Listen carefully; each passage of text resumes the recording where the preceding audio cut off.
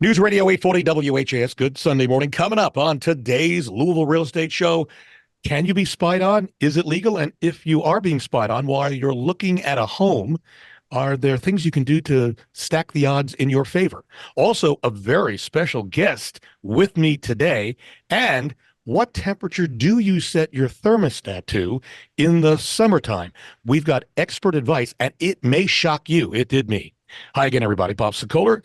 Sokoler team, Remax Properties East, thank you for joining us on this Sunday morning. And it's a special Sunday morning because on the show with me, somebody that some of you may remember when I did the morning show on 840 WHAS many years ago, my brother Corey, who did movie reviews. And he's in town because I'm getting married and he's in town for the weddings. And along with his wife, Kenya, who's sitting off to the side here in our office. Good to have you here, brother. Good morning. Thank you for having me. It's a pleasure. It's a pleasure. Yep. Also here, Randy Rocky, Swan Financial. They do a great job of getting you to the closing table, who, by the way, Randy and his team just helped me purchase a home in Norton Commons and did a phenomenal job. Their technology is among the best, and I cannot recommend anyone else as highly as I recommend Swan Financial. So you can reach Randy anytime in his group at 645-0736. Also here, another good friend of mine who did the closing for my home and who I really trust with just about everything, including my will, is Chuck Crosby. He's the owner of the Crosby Law Office.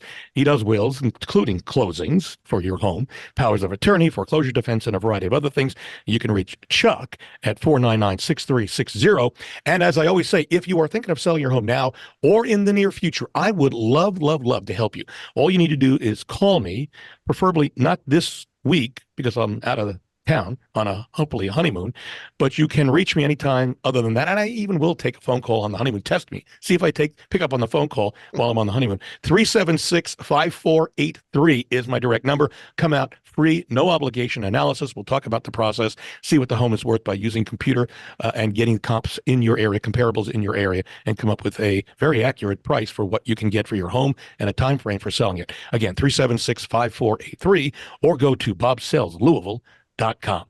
So we've talked about on several shows the scenario of buyers walking through homes and then seeing the home and making comments, but not knowing that they are being recorded by sellers. I've known that this has happened in a variety of cases. Chuck, from the legal aspect of this, what is the law for Kentucky with regards to recording someone going through your home?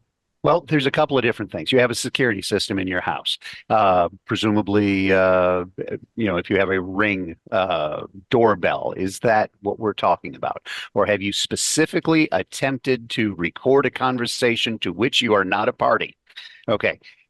In Kentucky, as long as one party to a conversation is aware of the recording, it's legal. However, are you actually a party to that conversation if you are specifically trying to eavesdrop on somebody? Well, in your home, do they have a reasonable expectation of privacy? Yeah, I don't know about that. Honestly, I haven't seen any cases on this particular issue. Personally, what I would suggest is put up some kind of a notification. Say, hey, the premises are, covered by a security system that does audio tape and videotape. Something like that should probably get you off the hook. But in Kentucky, if I set up like if I were to put in your office a bug, or if I were to in my business I were to put up recording devices near the bathroom or the water cooler, that's big time illegal. So the reason I bring this up again, because I was telling my brother about this. By the way, I should point out that in addition to having done movie reviews, his job he's now a retired attorney and a really good defense attorney from New York who's now retired in Florida. So Corey, they have laws in New York? They do. Do they? Not anymore. I thought everything was legal in New York. Or is that New Jersey? Which one? Yeah. So Chuck, 3 years ago, he retired and went down to Florida and bought a house. So explain what you ended up doing, because I thought this was a very interesting strategy for any buyers viewing homes. Go ahead. Well, first off, I think the advice you gave was excellent. If you're going to do any electronic recording in your home, you really should disclose that. You can just put a sign on where the entrance is that this house is electronically monitored. Any conversations may be overheard by the owner. So now what most people do is they would look at that sign and freak out like, oh my God, why are they listening in? Obviously, they want to listen in between on the husband and wife or the buyers about their, what their thinking is. They might be able to figure out whether the person really wants the house, and then they can be a hard sell, hard buy, how your strategy is going to be. But everything is an opportunity in life. And this is a great opportunity for you, because if you know that they're recording, you can go in with your your spouse or friend, whatever, Or realtor. and a you can script. orchestrate a conversation that the seller's going to hear that's to your benefit. And that's what my wife and I did 3 years ago. We knew what was going on in the home. So we went in and we had a conversation how we really love this house, but that other house we looked at earlier is really good too. And we discussed price point. I said, you know what we'll do? This is the highest we'll go. Now, wait. So let me just spell this out. So you're in the house. You realize they may be watching. I know or they're listening. Okay. Right. So I want them to hear So this. now you're creating a conversation that will help you with your offer. Exactly. Okay. So go ahead. So we discussed that we liked the house, but there was another one we liked a lot. And I said, all right, so this is the highest we'll go on this house. If they say no, we'll just go back to the other one and buy that one today. So we made the offer, and within 5 minutes, we heard back they accepted the offer. And the offer was $50,000 less than what they were asking. But again, I used their surveillance against them because I know they're listening to it. So that's an interesting strategy. When I heard this, that's folks, some I real said, sneaky Pete stuff. yeah, that's like turning the tables on someone who's listening to be able to use it to help you get the offer. Well, that's why I retired early at 62. Yeah. Well, there you go. He's rubbing it but in. how many kids did you have? 3. Yeah. I had 6. That's why I'm going to wow. work until I'm dead. There you go. There you go. So, okay. So I think that's great strategy, and I appreciate that. We'll talk more with Corey as we go along. A reminder that you can see a rebroadcast of today's show, not only hear it, but see it by going to LouisvilleAnswers.com. That's LouisvilleAnswers.com. That is a redirect to our YouTube channel where this show will reside. And also a reminder, if you are thinking of selling your home, you can see what sellers have said about us at the closing table after we've closed. Go to LouisvilleSellersTalk.com. Again, that URL is LouisvilleSellersTalk.com, all one word. All right, we move on to Randy Rocky, and jumping off of what we just talked about with video of people, sellers recording. There's a story that just came out. Folks, you got to hear this. Randy saw this on CNN. Explain what you saw. Right. So on December 1st, 2013, until now, Anderson Cooper just reported that there were 35,000 customer support tickets about surveillance devices in the home on an Airbnb. So obviously they were recording people, whatever they were doing. And We're talking video and audio, or just audio or video? Both. All right. The company declined, because I want to make sure I keep the facts straight. The company declined to specify how many unique complaints, because they said out of the 35,000, it could have been multiple complaints on one house about surveillance video inside the home, either video or still pictures or what have you. So very interesting, and something obviously we need to be cognizant of when we're staying in an Airbnb. Well, I'll go one step further. And the reason I'm bringing this up is because there are a lot of people who are on vacation or going on vacation, some probably staying in Airbnbs somewhere around the country, and some in hotels. And I am also concerned about when you check into a hotel, how do you know you're not being watched, right? So there are things you can buy. I had one, and I don't think it worked very well. I bought through Amazon. It's kind of a detector. And it's a little wand, and it's got an antenna, and you move it around and supposedly if there's video, it picks up some sort of signal. I tried it. It never worked. I'm just saying it's out there. Maybe if I spent more money on it, I would have gotten a better. There's other technology to be aware of too. I'm not going to name the name, but it was a rather famous sports celebrity who was in her hotel room, and the person had hooked up sophisticated camera outside the door through the peephole. And we're able, so even if you have this equipment, you're not going to be able to tell if someone's outside your door doing it. So Bob's absolutely right. Anytime you're in a hotel or any, thank you. You could be coming under surveillance and not even know it. Yeah, maybe the best practice if you're traveling this holiday season or this summer might be to presume you're always possibly being videoed, and maybe just stay in the bathroom when you don't have clothes on, and then get dressed before you go out. And who knows if they could do this in the bathroom as well? But I think they can. Yeah, so even that's not a protection. But where do you have to live? I mean, you go on vacation. Yeah, right. You got to go to a hotel room or to a Airbnb. So I guess you just have to live and not but if be afraid of everything. At least you know. All right, we move over to Randy Rocky, Swan Financial. The discussion this past week from the Fed seems to indicate, Randy, that interest rates will be brought down at the next meeting. What are you hearing? Yeah, it could be as much as the end of the year, but they're looking, at dropping it at a quarter. And how that'll affect long-term interest rates, I don't know. I don't think anybody really knows. We've heard for 2 years they're going to drop. And the only thing I told you, Bob, and I meant this sincerely, only thing I can tell you is houses were going to appreciate, period, because of supply, demand, inventory, and they're up 6.9% this year. They're up over 4 years. This is from Kay Schiller, who is definitely the number one evaluates appreciation of houses in the country, and very accurate. They're up 46% in 4 years. Hmm. So that's all I can guarantee you And that's guys. national, we should point out. National. National. Now, and then I'm going to go in a deep hole for just a couple seconds. I think you should buy now. And here's why. So it's the pent up demand is insane. And when rates drop, and I think you will agree with this, Bob, I think housing is going to be like at the beginning of COVID. It's going to be 20, 30, 40,000 over asking. And I think right now is the time to buy, and then you can refinance and save yourself a lot of money. Yeah. Yeah, no, and that's the key. And I know we're pushing the refinance down the road, but truthfully, if you buy now at what will be a lower rate when it does come down, and you decide the rates are worth refining for, Yes. at least you're ahead of the game. And I think that's important for everybody to think about. So, okay, a quickie reminder, if you want to read what some of the reviews are for our Sokoler team, very proud of them, go to LouisvilleZillow.com or LouisvilleGoogle.com. When we come back, what is the temperature you set your thermostat on for the summertime? Whatever my wife tells me to. Whatever you want. Well, all I will tell you is I will guarantee you might be shocked. You might be on what we're going to tell you. Continuing with us after the break, Randy Rocky, Swan Financial. They do a great job of getting you to the closing table, getting your loan approved and closed. You can reach Randy at 645-0736. Also, Chuck Crosby, who is the head of the Crosby Law Offices. They do a phenomenal job of closing your loan, and also wills. And I stress wills. Please make sure you have a will in place. You can reach Randy and Chuck at his office, 499-6360. And if you are thinking of selling your home now or in the near future, feel free to please give me a call. Free, no obligation. I'll come out. We'll talk about the process. And then if you want, we'll talk about putting the home on the market. Reach me at 376-5483 or go to bobsellslouisville.com. We are back in a moment on News Radio 840 WHAS.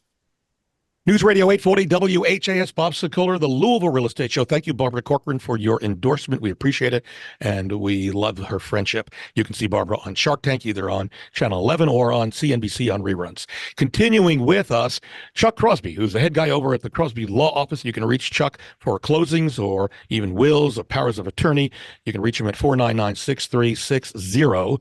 Also here, Randy Rocky, Swan Financial. They do a great job of getting you pre-approved. They have phenomenal rates. You can easily go ahead and reach Randy at his phone number, 645-0736. And if you're thinking about selling your home now or in the near future, feel free to give me a call on my cell phone. I'll come out for a free no obligation analysis. The phone number is 376-5483 or go to bobsellslouisville.com. And I should point out, continuing with us, my brother Corey, who is in for my wedding and is joining us on the show. By the way, we talked last half of the show about appreciation rates of homes, giving us a percentage from what you bought down in Florida to what the home is worth now. How much did it appreciate? Well, it's kind of shocking, but our home appreciated 100%. It's doubled its value in 3 years. And I know that because there are 3 homeowners on our block that sold for that price. Wow. So that's pretty good when you stop and think about it. So homes are a great investment, and many would say better than the stock market. So, all right. So the question is, what do you keep your temperature of your home at during the summertime? So let's do a little poll. Randy, what do you and Tracy need? I'm with Corey, whatever my wife says, because I like being a lot colder than her, but usually at 72, 73. Okay. Chuck and Sherry, what do you do over at your house? I argue with her. She wants to keep it at the mid 60s. I suggest 70, but she gets her way. I have 4 words for you. Happy wife, happy life. Yeah. So, okay. And I'm with her on the mid 60s. But okay. So what do you and Kenya do? Well, we like it warm. We set ours at 76 and we're very comfortable. Wow. Yeah. So on me, so getting married. So my future, well, my wife and mother-in-law, my mother-in-law gets cold very quickly. And so she likes to have the temperature somewhere between 76 and 78 degrees. So that's hot for me, folks. But this all started with an email from Cindy, who says, after practically fainting each time I opened my utility bill last summer, I'm on a mission to save as much energy and money as possible this year. And folks, those of you listening, you may be agreeing and trying to figure this out as well. So she was asking what's the best temperature to keep her house cool and comfortable, but save money. First, let me just say, ceiling fans are your friend in the summertime. They're also your friend in the wintertime.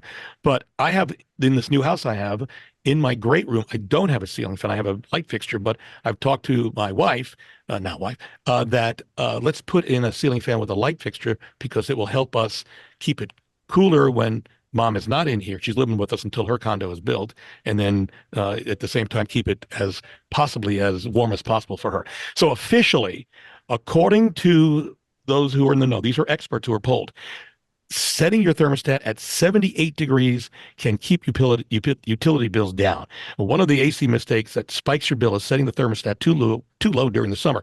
And understanding your home by the numbers can actually help make such mistakes avoidable. So the most cost-effective AC setting, listen carefully, folks, and for those of us who like it cool, this is the problem. Summertime, 78 degrees when you're home and awake. And if 78 degrees is too warm for you to feel comfortable in your home, you can modify the settings some. So I was close just without going over. What do I win? Yeah, you win an appearance on today's radio show. That's what you're winning. Bob, right, my philosophy has always been, you can always put on more clothes.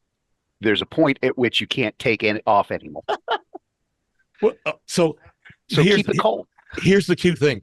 So my mother-in-law, when we go out to dinner, my mother-in-law loves Diet Cokes, and she drinks a lot of them. And then she will say, I'm really cold. And I want to tell her, well, but you've lowered your core body temperature by drinking so many Diet Cokes with a lot of ice. She loves a lot of ice. So unfortunately, listen, I know you don't say anything to your mother-in-law about that because that creates bigger problems. So it's between all of us on the radio. Please don't, if you see Betty, please don't tell her I said that. All right, we go over to Chuck Crosby, Crosby Law Office. Arthur writes in, he's a terrible board member of their condo association, and several of the people who live in the condo group want this guy removed. And if a special meeting is called to remove the board member, do they still need a majority of the community vote in writing? Chuck, this I know from experience, from talking to folks when I go in to visit, that some of them are not happy with their condo association and specific board members. So what's the process? What's the path for somebody who might feel the path is exactly what's written in the documents that formed the HOA. They're not all the same, so you can't say you do A, B, and C. You do whatever the documents indicate. Now, most of the time, it's what is it? It's not just going to be a majority. There's usually, at least in ours, a requirement for more than a majority. But if they're so horrible, then do that. Follow, get the restrictions, the guidelines, the bylaws, the deed of the master deed, and find out what it says, and then just do it. I'm kind of amazed here lately. It seems like I'm running across all manner of, HOAs are the devil, blah, blah, blah, blah, blah. Okay. If you have the wrong HOA board of directors, well, yeah, maybe you've got some trouble, but that's still something that the residents can fix. The thing is, when I get that phone call from a person, usually the residents don't really want to get involved. And it's like, okay, well, as long as the residents won't get involved, nothing's going to get done. So you're seeing this is not just an isolated case. Oh, Lord, no. To us. Yeah. No, I've now maybe it's my particular rabbit hole. Conspiracy theories make me feel all warm and fuzzy. My father was a huge conspiracy theorist, so I follow a certain group of people, and apparently HOAs across the nation are really a topic of some note. A bunch of lawyers that I follow, you can't say they specialize, but do mostly HOA litigation, and it's like, well, now wait a minute. If you don't like what your HOA is doing, get all your friends and neighbors together. That's how you change it. Yeah. But nobody ever wants to do that. It boggles my mind. If in my HOA there's 45 units, that's 45 people. You can't get 45 people to get together and say I'm horrible on the board of the HOA. Well, nobody wants to get involved. They just want things to be the way they want it. You had something to say, Corey? Yeah, I mean, HOAs have become drunk with power. I know. Yeah. I mean, the regulations are ridiculous. You don't bring your garbage pail in off the street by 6 o'clock. It's Exactly. a $50 fine. So in the And- state I live in, our legislature and our governor just passed all new laws which took away a lot of that power from the HOAs. They can't fine us anymore because we don't take the garbage in by 6 o'clock. You know, a nice little notice, please, remove your garbage by 6 would be fine. Making me pay a fine is ridiculous. So in my state, they've addressed that. Interesting. The issue, though, is I don't know that that's something a state can address. I mean, everybody's for less government, right? We don't want to have everybody telling us what to do. Well, why would you need the state to come in when all you need to do is get the residents? That's where the power derives, is get the residents to say, no, we don't want this board anymore because they aren't doing what we want. I will agree. There are HOAs that are drunk on that power, but they can get away with it because the residents let them. And that's why I think you're absolutely right. The residents don't do anything. So Yeah. that's why in my state, the legislature and the governor stepped in. So, listen, I'm all for less government. But in this case, it was to the benefit of the people that live in the state. So if you're unhappy in this case, Arthur, with your HOA, listen to what Corey just said. Maybe, and Chuck, either get involved, get people getting involved to remove that board member, or maybe contact the state legislature and ask that there be some restrictions placed on HOAs. I think that might be something that a lot of people might get behind in our state of Kentucky and Southern Indiana. All right, we're moving over to Randy Rocky at Swan Financial. Amber will be a first-time home buyer later this year, and she writes in, and by the way, you can send me an email, bob@wesellouisville.com, with the word radio question in the subject line, and then put the question in the body of the email. And she is wondering, what steps does she need to take now in preparing to get her first mortgage? It's a great question for anybody thinking Great question. about getting her first mortgage. Yeah, Randy. I really believe she should pull her credit now. And if there are any problems on it, then we have time to fix them. And then we can go over budget at this point, knowing that she's going to be 6 months to a year out or the end of the year, and go over the budget with her. So then, and also if she wants to save some money, because obviously if you do a 0 money down payment to 3.5% down payment, your interest rate's less on a 3.5% down payment, and you have an overall less payment. So, so there are a plethora of things on why I think that you should go ahead and get the application done right away. Good advice. I would tell you, shop the loan, go to a variety of different loan officers. One of the things Swan's offers is that they have a multitude of venues, people to go to get you the best rate. And one of the things you should look for if you're thinking of buying, whether it's first time or refi or another home, is the response from the loan officer that you're dealing with. Because if you have to wait an extended period of time for that loan officer to get back to you now, just in an inquiry, imagine how long it's going to take down the road if you've got a question that needs to be answered quickly. So response time is very important among you buying a home and having an answer when you need it. And that's what I like about Swan Financial. A reminder, if you are thinking of buying a home or selling a home, we have a free no obligation booklet, a variety of them. In fact, send me an email, bob@wesellouisville.com, saying buying tips, selling tips. I'll send that out to you via email. Again, that's bob@wesellouisville.com. We go back over to Chuck Crosby at the Crosby Law Office. Steve asks in this email, can a lawyer with a broker's license represent a buyer purchasing a home and do the real estate closing as well? Is there a conflict of interest, Chuck? It depends to a small degree on what type of transaction it is. In a closing, if there's a loan involved, I represent the lender. Okay, I don't represent the buyer, don't represent the seller. I represent the lender. That's kind of settled Kentucky law. So if I am representing as an attorney in that transaction and have more than one client it's arguable their interests could be adverse, that would be a problem without getting releases, waivers, that kind of thing. So it would seem to me if there was nothing that could arguably be adverse, and if you're representing the buyer, I can definitely see where there's adverse issues. You would need to get waivers from all the parties to that conflict. But yeah, I think that could be an issue. So just disclose is what you're saying, and that No, should be okay. no. It's not just a matter of disclosing. If I just tell you, oh, hey, Bob, I've got a conflict, that doesn't do it. I'd have to get you to sign something saying, okay, I understand the conflict and I'm waiving that conflict. Okay. But there are certain conflicts that aren't going to be waivable. If you're the buyer and you're getting a loan and I represent the lender, and I'm trying to lock you into that loan as tightly as could possibly be, well, maybe there is some, adversarial issues that might pop up. What if you stop making your payment? I mean, now all of a sudden I was representing you on one side, but representing the person who's going to be taking your house from you on the other.